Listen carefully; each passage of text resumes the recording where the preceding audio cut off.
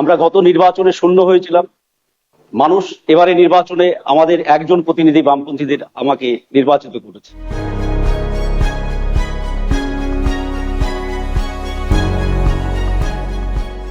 শূন্য থেকে মহাশূন্যের বদনাম ঘুচিয়ে তিনিই যেন শিবরাত্রির সলতে।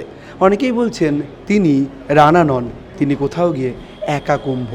তার কারণ বাংলার রাজনৈতিক প্রেক্ষাপটে গেরুয়া ঝড়ের মধ্যেও লালেদের সম্মান বাঁচিয়েছেন একা মুস্তাফিজুর রহমান ওরফে রানাদা। ডোমকলের বিধায়ক, দাদা স্বাগত। আপনি যেমন একা কুম্ভ বলা হচ্ছে শিবরাত্রি চলতে, আপনি বামেদের বহুদিন পরে মান সম্মান বাঁচিয়েছেন। কীভাবে সম্ভব করলেন? এত বাইনারি বলছিলেন, গেরুয়াকরণ, হিন্দু মুসলিম বিভাজন সব মিলেমিশে সম্ভব কী করে হলো? দেখুন, অনেক দিন পর না, একটা টার্ম 5 বছর আমাদের বিধানসভায় বিধায়ক শূন্য ছিল, সেইটা এবারে শূন্য থেকে এক হয়েছে। দমকলের মানুষকে আমি প্রথমত ধন্যবাদ জানাবো যে তারা মনে করেছে এই বাইনারির মধ্যেও বামপন্থীদেরকে পাঠানো দরকার। আসলে দমকলটা একটু ভিন্ন রকমের। দীর্ঘদিন এখানে 77 সাল থেকে দীর্ঘ 2011 সাল পর্যন্ত আমাদের মন্ত্রী ছিল। 47 বছর ওই সিটটা আমরা একটানা জিতেছি, যার ফলে আমাদের একটা পুরনো শক্তিশালী ঘাঁটি বলতে গেলে দমকল। অনেক জায়গায় আছে, কিন্তু প্রায় সংখ্যালঘু মানুষের আধিক্য, এটা একটা বড় কারণ এইটা। আর যদি সার্বিক উন্নয়নের ক্ষেত্রে দেখেন তাহলে দমকলের যা করেছে আমরা, তাহলে সেটা এরাই মানে সিপিআইএম বামফ্রন্ট সরকার করেছে। এর কারণে মানুষ গত 5 বছরে তৃণমূলের বিধায়ককে জিতিয়ে সেইভাবে মানুষের প্রত্যাশা পূরণ হয়নি। এবারে তারা মনে করেছে না, বামেরাই পারে দমকলে উন্নয়ন করতে। সেই প্রত্যাশা নিয়েই আমাকে বিধানসভায় পাঠিয়েছে বামপন্থীদের পক্ষ থেকে। রানাদা, আপনাকে আমি রানাদা বলেই ডাকবো, কারণ সকলের প্রিয় আপনি রানাদা। রানাদা, আপনি মানুষের কাজ যেমন করেছেন, তেমনি ডোমকল মানে বলা হয় বোমকল। ডোমকল মানেই বোমাবাজি, ডোমকল মানেই সন্ত্রাস, ডোমকল মানেই একটা অন্য রকমের আধিক্য চলে ভোটে। এবারের ভোট দেখা গেল অন্য রকম ভোট হলেও আপনিই প্রথম দেখা গেলো সিপিএমের অফিস পুনরুদ্ধার করলেন। এক অন্য বৈপরীত্য চলছিল, সারা বাংলায় একটা অন্যরকম বিষয় চলছিল, ডোমকলে অন্যরকম চলছিল। এর নেপথ্যের কারণ কী? আপনি কী এমন ম্যাজিক করলেন যেখানে দাঁড়িয়ে সব কেমন যেন উল্টো উল্টো চললো দমকলে? না, ম্যাজিকের বিষয়টা না। আসলে বললাম তো, দমকল আমাদের একটা পুরনো ঘাঁটি।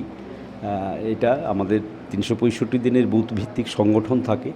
আর একটা জিনিস আমি বলবো, এবারের নির্বাচনটা দমকলে বললাম তো যে সাধারণ মানুষ লড়াই করেছে একেবারে। পরিযায়ী শ্রমিক, তারপরে খেটে খাওয়া মানুষ, টোটো চালক, রিক্সা চালক, আপনি গিয়ে দমকলে দেখবেন, জিজ্ঞাসা করবেন, প্রত্যেকেই আমার জন্য ভোট করেছে। যার ফলে কোনো লড়াই যখন মানুষ লড়ে, সাধারণ মানুষ লড়ে, সেটা দমকল হতে পারে, অন্য জায়গা হতে পারে, তাহলে সেখানে জানবেন সেটা ইতিহাস রচনা করে। আজকে দাঁড়িয়ে সেই কারণেই দমকল ইতিহাস রচনা করেছে। 294টা বিধানসভার মধ্যে একটা মাত্র প্রতিনিধি পাঠিয়েছে, এবং বামপন্থীদের এই যে শূন্য শূন্য শূন্য শুনতে হচ্ছিল, সেটা অন্তত শুনতে হবে না। আর আমি বিধানসভাতে লড়াই করব, আর তার সাথে পার্টি আমার আছে, পার্টি রাস্তার আন্দোলন করবে, রাস্তার লড়াইও হবে, এবারে বিধানসভার ভিতরেও লড়াই হবে। রানাদা, ডোমকলের সাধারণ মানুষ আপনার জন্য ভোট করেছেন, আপনি বলছেন। ডোমকলের মানুষের তো অনেকটা প্রত্যাশা, কারণ বিজেপি সরকার ক্ষমতায় এসছে, মুখ্যমন্ত্রী হিসেবে শুভেন্দু অধিকারী শপথ নিয়েছেন। তাহলে এই যে শপথ নেওয়া নতুন সরকারদেরকে এখানে একটা সময় আপনারা দিচ্ছেন, একেবারে প্রথম থেকে অল আউট আক্রমণে যাচ্ছেন না, দেখলাম বিধানসভাতেও। সেই বিধানসভায় দাঁড়িয়ে আপনাকে বারবার সওয়াল করতে হবে, বিভিন্ন ইস্যুতে প্রশ্ন তুলতে হবে। বামপন্থীদের যে আদর্শ নীতির কথা বলা হয়, সেখানে থেকে ডোমকলের মানুষের জন্য আপনার টার্গেট কী, প্রথম লক্ষ্য কী হবে, কী উন্নয়ন করতে চাইছেন? কাজটা তো খুব চ্যালেঞ্জিং। যে রাজনৈতিক সমীকরণ তৈরি হয়েছে রাজ্যে এবং বিধানসভাতে, আমি একা। সেই চ্যালেঞ্জের কাজটা তো কমিউনিস্টদের সবসময় চ্যালেঞ্জের কাজই করতে হয়, এটা আমরা রাজনীতির ছাত্র হিসেবে যেটুকু শিখে এসেছি। তো সেই চ্যালেঞ্জ, আমি দমকলের মানুষ আমার পাশে আছে, সর্বোপরি আমার পার্টি আছে আমার পাশে, অনেকগুলো অসংখ্য গণসংগঠন আছে আমাদের রাজ্যে, যারা 365 দিন রাস্তার লড়াইটা করে যাচ্ছে বিভিন্ন ইস্যুতে।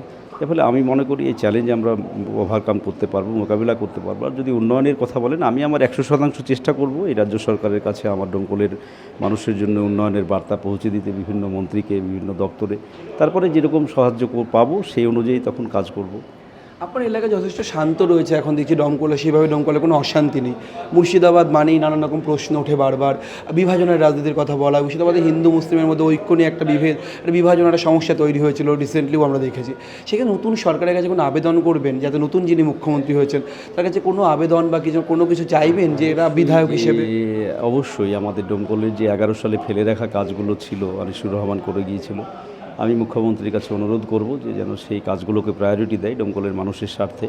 এবং দমকল এখন আর সেই জায়গায় নেই, যেটা আপনারা বলছেন বারবার দমকল, আসলে মানুষ আর সেই জায়গায় নেই। মানুষ এখন এগিয়ে যাওয়ার দিকে ভাবছে, আর সেই এগিয়ে যাওয়ার কারণেই যাবে ভেবেই আজকে দাঁড়িয়ে আমাদের বামপন্থীদেরকে নির্বাচিত করেছে। ভবিষ্যতে এই দমকল আপনি আর ডোমকলকে বোমকল হতে দেবেন না বিধায়ক হিসেবে? অবশ্যই না, কখনোই না, এটা আর সম্ভবই না। কারণ দমকলকে এখন মাথা উঁচু করে বাঁচতে হবে, দমকলকে সামনের দিকে এগিয়ে যেতে হবে। তাহলে পিছনের দিকে তাকানোর আর কোনো প্রশ্নই ওঠে না। আমার একেবারে শেষ প্রশ্ন, 1 থেকে 100 হওয়ার যে লক্ষ্য, অনেকটা গুরু দায়িত্ব আপনার কাঁধে, কি মনে হয়? হ্যাঁ, হবে তো, কারণ আমি তো বললাম নতুন রাজনৈতিক সমীকরণে বামপন্থাই এখন পশ্চিমবাংলায় ভবিষ্যৎ। কারণ বিজেপি যতই এখন হানিমুন পিরিয়ডে যেটা দেখানোর চেষ্টা করছে সেটা হবে না। এমনিতেই একটা অংশের মানুষ খুবই আতঙ্কে আছে একটা সম্প্রদায়ের মানুষ, যার ফলে বিজেপির যে কোর এজেন্ডা আরএসএসের সেগুলো আস্তে আস্তে প্রয়োগ করবে। তখনই হচ্ছে যে এই রাজ্যে রুজির লড়াই, সেইটা একমাত্র তো বামপন্থীরাই লড়বে, যেহেতু এটা ভাবধারার লড়াই, একটা বিচারধারার লড়াই। স্বাভাবিকভাবেই আরএসএসের যে বিচারধারা, সেই বিচারধারার এগনেস্টে একমাত্র কমিউনিস্টরাই বলিষ্ঠভাবে লড়াই করতে পারবে। তৃণমূল কংগ্রেস সেটা পারবে না, আগেও পারেনি। যদি পারতো তাহলে বিজেপি চলে আসতো না। যার ফলে সামনে ভবিষ্যতে বামপন্থীরা 1 থেকে 100 হবে, 200 হবে, সব।